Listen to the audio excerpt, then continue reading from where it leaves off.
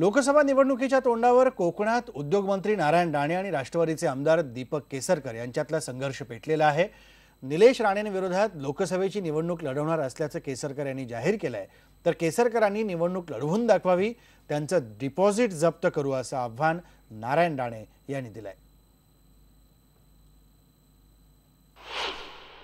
अनेक प्रकल्प येतात, आम्ही विकासाकडे लोकांना घेऊन चाललोय, ते इथल्या आमदारांचं भलतंच चाललंय।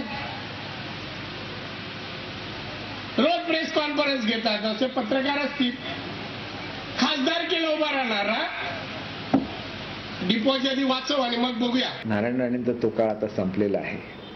एक आपण गोष्ट लक्षात घेतली पाहिजे की जिथं शिवसेनेचे बूथ सुद्धा नव्हते त्या कुडाळ मतदारसंघामध्ये 45,000 मतं आली कुठून? वैभव नाईकना। हा मुळात प्रश्न आहे। म्हणजे लोक यांच्या विरोधामध्ये आहेत। वैभव नाईकांचं पहिलेच इलेक्शन होतं ते, तरी 45,000 मतं मिळवली। मग त्यांचं डिपॉझिट कुठे जप्त झालं?